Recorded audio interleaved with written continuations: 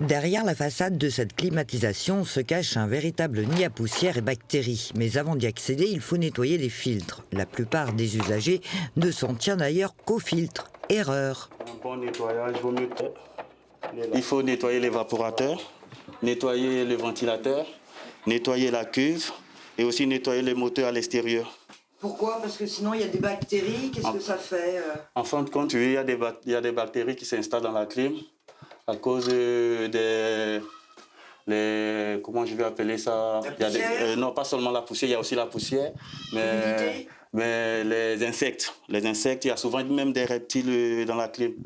Donc, avec les déchets qu'ils déposent dans la cuve d'évacuation et aussi sur l'évaporateur et le ventilateur, ça crée des bactéries.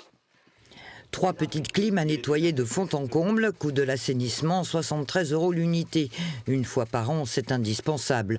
On le voit d'ailleurs à la saleté qui en sort, mais est-ce que le propriétaire des lieux le ressent?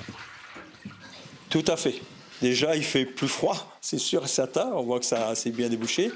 Et puis aussi, je sens que de la pièce, l'air elle est plus pur, ça me gratte moins à la gorge, je sens tout de suite.